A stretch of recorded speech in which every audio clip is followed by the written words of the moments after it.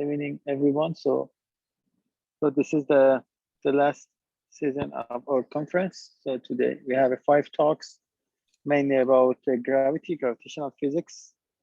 So let's welcome to Dr. M.A.Ajmi from Sultan Qaboos University for the first talk. Please go ahead. Thank you. Okay. Thank you very much, Dawood, for your introduction. So as Dr. Dawood just mentioned that this is our last session, and I'll start the session by talking about the constraints on gravity divergence free of Nash theory with matter content from observational data. My talk is a bit different from the others in the sense that I'm going to include the data just to make some sort of fits to the theory that we are working on. Now,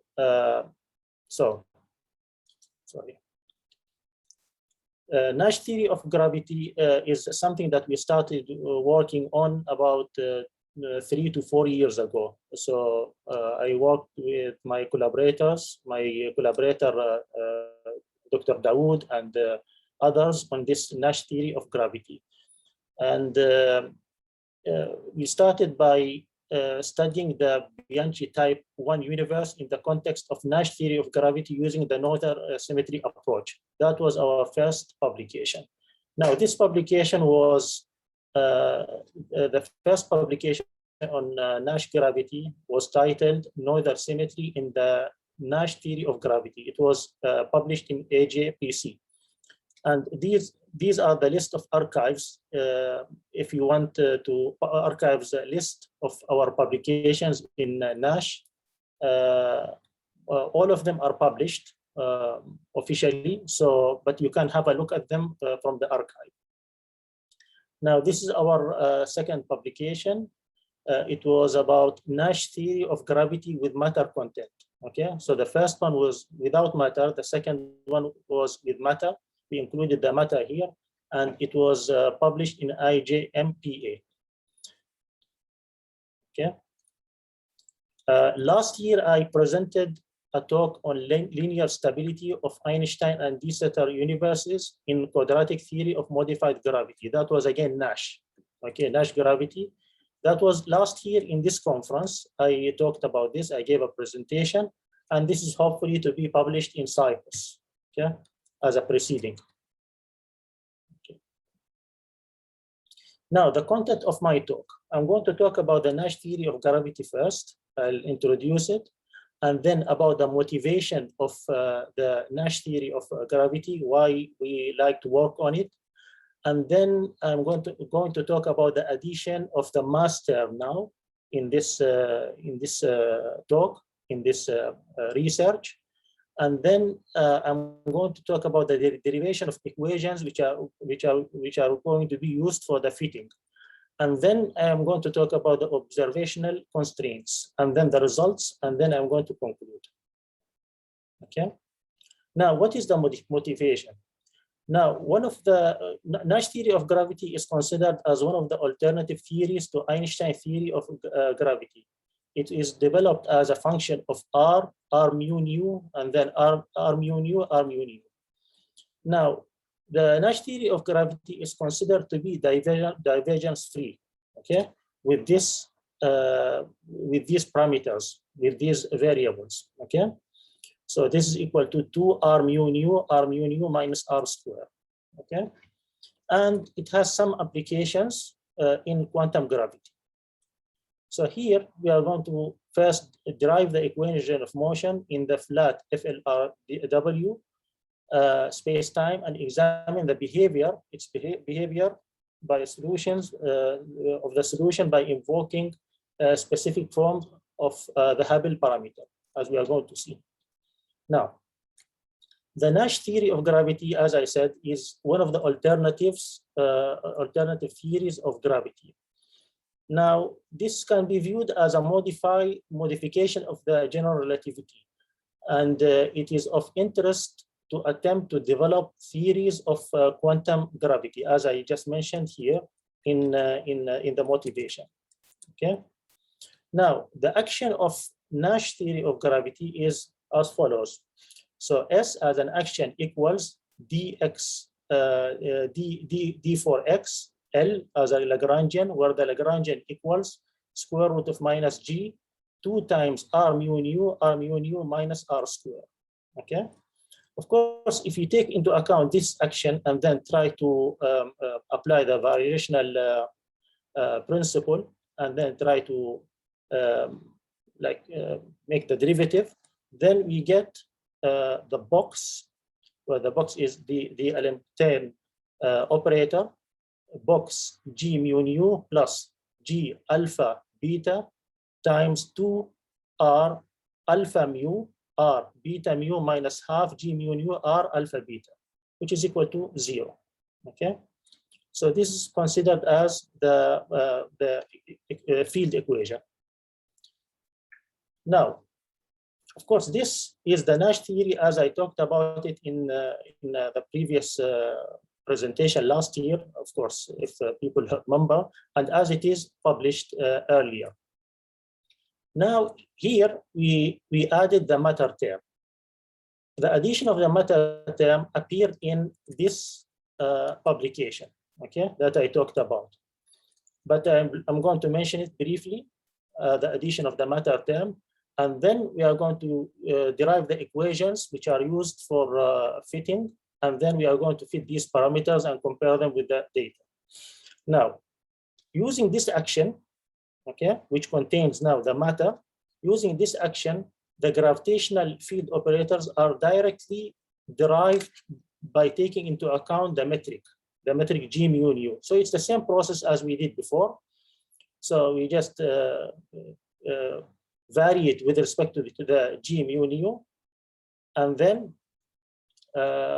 we are going to obtain this equation of field equation. Okay, so it is similar to this equation, except that we have now this term on the other side because of the matter term. Okay, because of this term. Okay, we have this equation now. Now the G mu nu equals R mu nu minus half G mu nu R, as we know, and the T, which is the momentum operator, equals momentum tensor equals minus 2 divided by minus G d S matter by G d mu nu. Okay, if we take the trace of the equation of motion, this equation, then we obtain this equation now. Box R plus kappa square times T equals 0. Okay, now T is equivalent to T mu mu as a trace of the energy momentum tensor for the matter field action, this one. Now, for a flat Friedman, Lemaitre, Robertson, Walker geometry, we have this equation, as we know, and the energy momentum tensor of the matter content equals this, as it is known from the literatures. I here varies between the dark energy, dark matter, and radiation. Now, we can define zeta as the Hubble constant to the power half, square root of the Hubble constant, and then we obtain the equation of motion in flat FLRW space-time, okay, as these equations. Okay, it's just a matter of rewriting these equations and in terms of zeta instead of square root of the Hubble constant. Now, from the in the cosmological vacuum case, when T mu nu equals 0, and in the absence of the matter field, the Friedman equation for the scale factor turns out to be a second order instead of the first order in GR. This is explained very well in our paper there when we talked about the Nash with the matter content. Okay, this is because we have this R square in the Nash gravity instead of R mu nu, and this makes it a second order instead of the first order in the case of vacuum. Okay. Now, the first integral of this differential equation, the first integral of this differential equation gives us a new integration.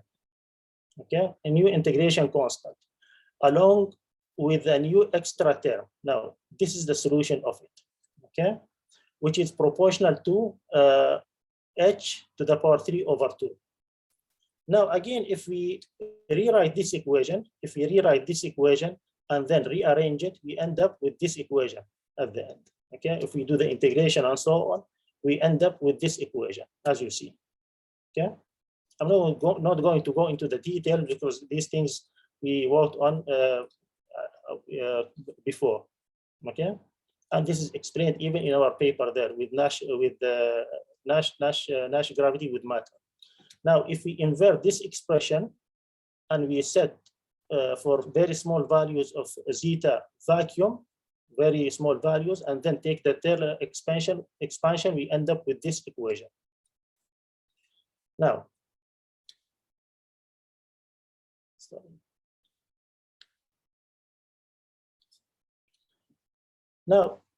for the acceleration term, as we know, we either have the, I'm not going to use this acceleration, but I'm going to mention it very quickly here. Either we have the acceleration greater than 0 to have a negative deceleration, or to have the negative deceleration parameter. I mean, to have the acceleration expansion, either we have the acceleration as positive, or we have the deceleration parameter q less than -1. Okay, I'm not going to go into the details here because we are not going to use it here in this talk. Now, if we substitute the equation of motion that we just derived into the FLRW equation, which I just mentioned in these slides, then we end up with the continuity equation. So this is the continuity equation that we get at the end. Now, let's see. So this is the continuity equation that I just presented in the previous slide. This term, okay, this term, which has two summation, double summation, and integral. In this term, you see that the row of different types can couple with other types. So as I said, this Ij runs between dark energy, dark matter, and radiation. So they can couple with each other for different types. Now, this will influence, of course, the dynamics of the cosmological behavior, okay? Because of this coupling. We can reparameterize the time condition. The time condition we can reparameterize by putting, by setting tau equals this bit of the equation, okay? And then we can rewrite the continuity equation. Again, this continuity equation can be rewritten so that we end up with this after reparameterization by introducing this tau instead of the t. So this equation will be equal to that one if we use the total energy at the end. Okay, so if we set this rho as a total energy with different types, we can write it as this equation. Okay, now, of course, after setting this is the setting that I talked about. So rho total will be equal to rho, and then the p rho, we can put it as a function of rho. So if we do that in this equation, then we end up with that equation. Again, this is a differential equation. We can compare this equation now, the equation that we have here, we can compare it with Einstein equation of relativity, this equation. And then after comparison, when we compare this equation with the Einstein equation, we can at least obtain the Hubble parameter. Of course, we have different steps here. We can move from here up to here with around 4 to 5 steps. Then we can get an equation for tau. Okay, remember the tau is something that we used it as a parameterization here. So this tau will be equal to this lengthy expression. Okay, and then of course we know that we can again do some algebra here. We can set a equals exponential of the integral of h tau dash d tau dash, and then we can use the 1 plus z the well-known equation 1 plus z equals the reciprocal of the scale factor. Okay, we can introduce it here in this equation, and then we can obtain this equation at the end. All right. Now, separately, if we have the Euler-Lagrange equation here, then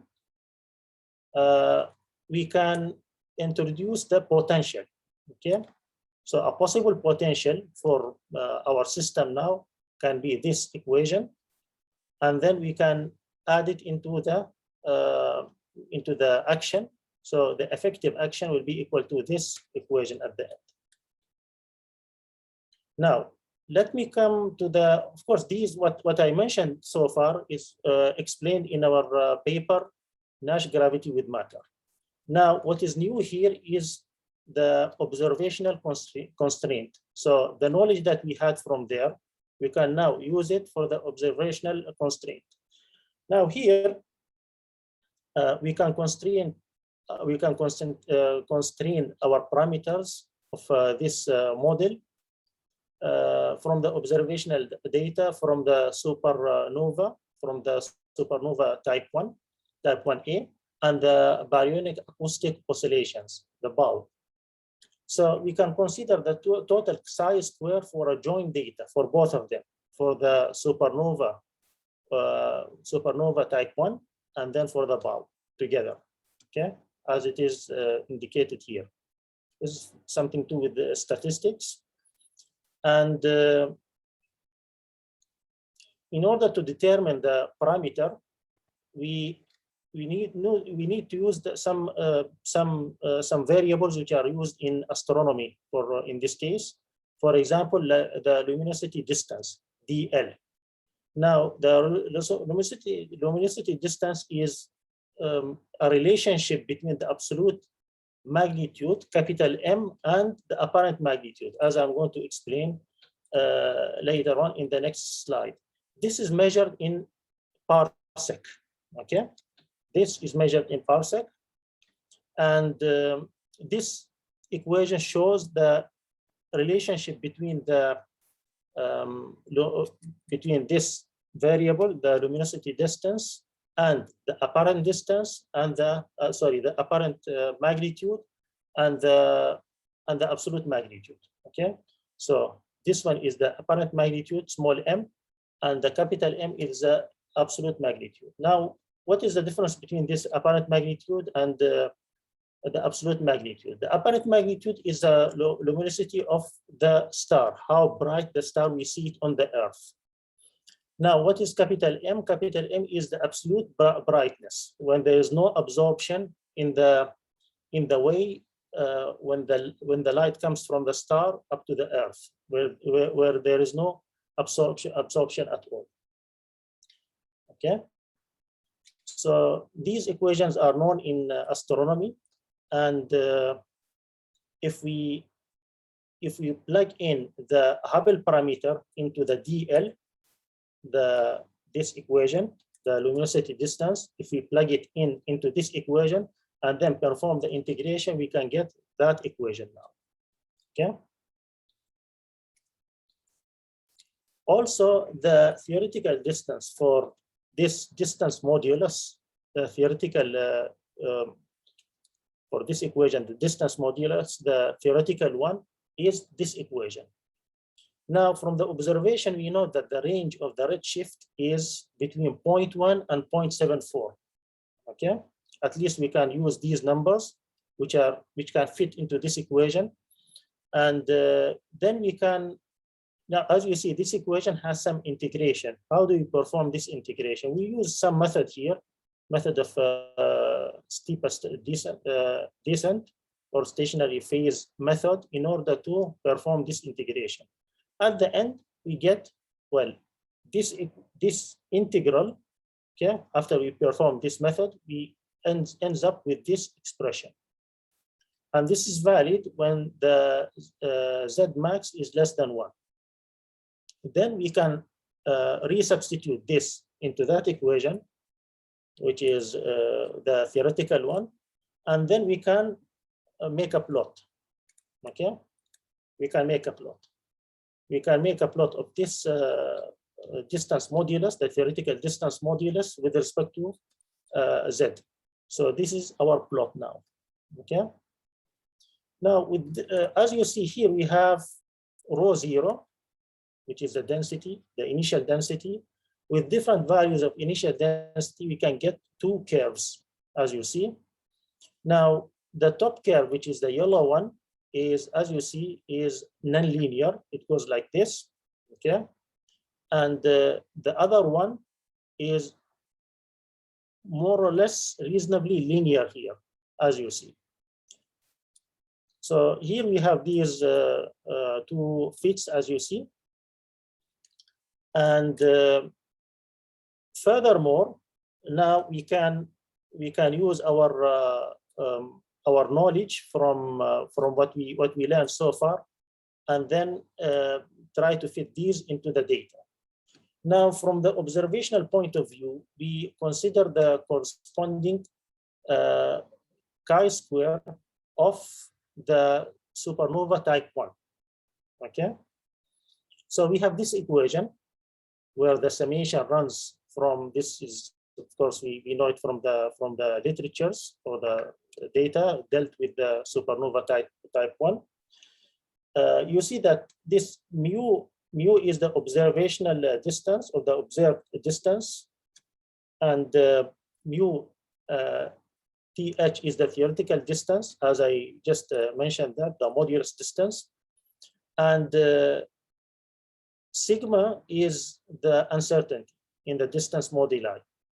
Now we can parameterize this, the psi square. Well, I don't know. I don't need to go into the details of how we do the parameterization and so on. You can parameterize it by theta with these equations, as you see at the bottom of the slide.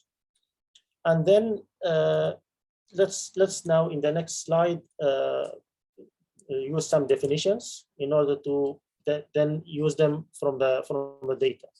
Now we have the co-moving angular diameter, which is small d, dA, given by this equation. Now, the angular diameter is defined as the distance, or it's not the distance, sorry, it is defined as the physical size in terms of the physical size with respect to the angular size, okay?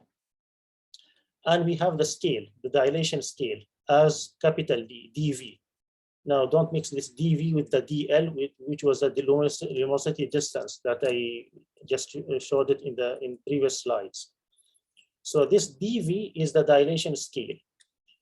Now we can use this data set that we have from now, after these definitions, we can use this data set from the bow, chi-square bow, from the baryonic acoustic oscillation, okay, and then use this equation, where this equation gives us the chi-square, okay. Now X equals this, it's like a matrix. So we have the matrix and its transpose, and we have the C as C to the -1 as the inverse of the covariance matrix, okay. So now we are talking about the chi from the bow data. Now the data of the dA by d capital V, we can use this data, and we find that Z star, which is related to the decoupling time. The decoupling time goes back at the beginning of the universe at around 3 × 10⁵ years. We can use this data, and we can use this Z, okay, as a redshift, and then we can use the data from the set of from that reference, okay. So this table shows us the value of dA, d small a by dV, where these are the values that we obtain from the literatures, okay, and from their calculation, and this is the redshift, okay. Remember that the redshift is between 0.1 and around 0.74, as I mentioned in the previous slides. And this is what's shown here in this slide. Now, the bow exists in the decoupling redshift when the Z equals 1.09. The relevant scale can be used. Now, this is related to the angular diameter, as I just mentioned. So this is the scaling for this data. And then after we do these sort of comparison with the data, we get A equals, and the calculation, of course, we get A equals these numbers, okay? So it's 0.47, and then with the error, and then 44, and then 0.42 at these redshifts, respectively, okay? And then we can put these the values that we get from these calculations.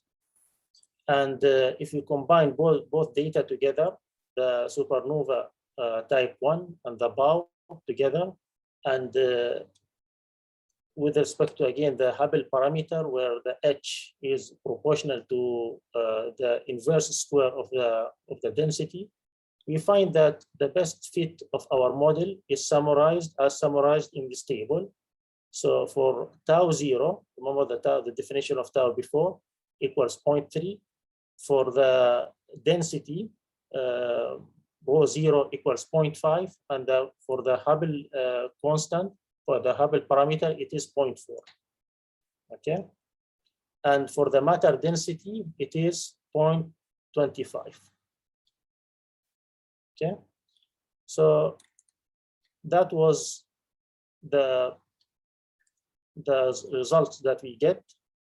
And to summarize and to conclude, we can say that the Nash theory of gravity is marked as one of the alternative theories of gravity.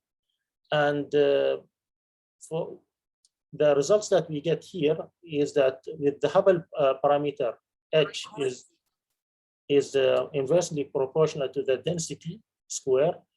We found that the best fit for our model is with these numbers, as we just mentioned. Of course, this is like we started working on this, but still we need to do more analysis and more fit, and we can combine again with the different data. As a future work, of course, because this is like a new model, we can, I mean, we need to modify the theory by adding probably R, as was suggested by some of our colleagues, to see how stable it is. We can even test the stability of this theory with other theories, compared with other theories, with other sort of universes. We've already done that with the D-setter and with the Einstein universe, but again, we can test it with other type of universes. One of the observations is that this Nash theory of gravity is similar to the Gauss bonnet. So probably we can even study the black hole and some of the cylindrical solutions with respect to Nash gravity, as was suggested by some of our colleagues. And that's it. Okay. Thank you. Thank you very much, Dr. Muzahir, for this interesting talk. Do you have questions? Any questions?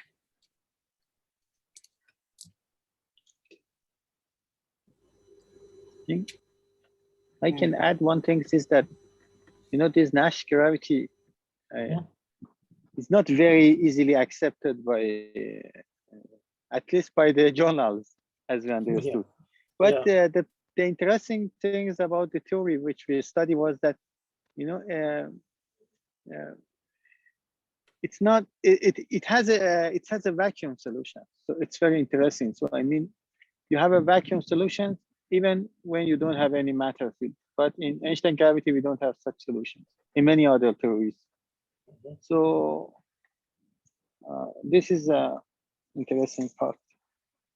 Yeah. So any question? Yes. I think we need to work more on this Nash theory, as It we is said. possible. Yes, it is Yeah. possible to. And the point about the theory was that some people say that the theory doesn't have a Newtonian limit. But as I understood, this post-Newtonian regime of theory is not the only non-relativistic regime of the gravity. So I mean, it's not very necessary sometimes to have the Newton gravity as a weak regime actually. But anyway, it is a new idea actually. Yeah. Let's see if we have time, then we can proceed working on it more Yes, in yes, yes, probably next year yes, maybe. yes, Yeah. yes, sure, yes. Any comments? Anything? If no, May we I, thank. may I ask Yes, a couple of questions? sure.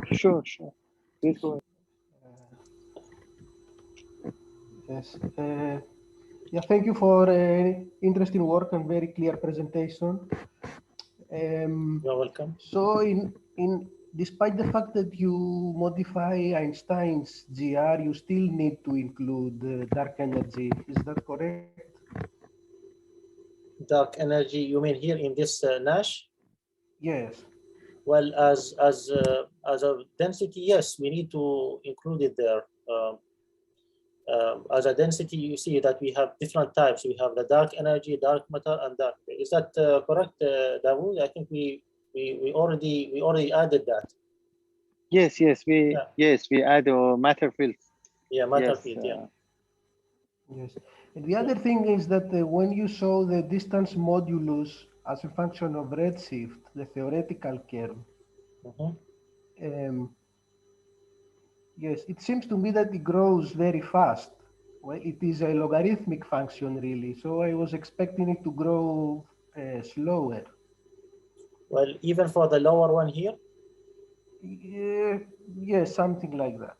Yeah. Maybe we need to fiddle around with this density so that we can have a better fit here, so that it doesn't, because you, as we said, that this modulus distance is logarithmic, and maybe I need to work more on this. As I said in the beginning of the slide, this is just a start, so this is a good suggestion from I you. see. Yeah. I guess that in the end, after you have minimized the chi-squared and you have obtained the best fit, when you plot the function for those numerical values of the parameters, the comparison with the real supernova data will be excellent, right? Yeah, hope so. Yeah. Mhm. Okay, thank you very much. Yeah.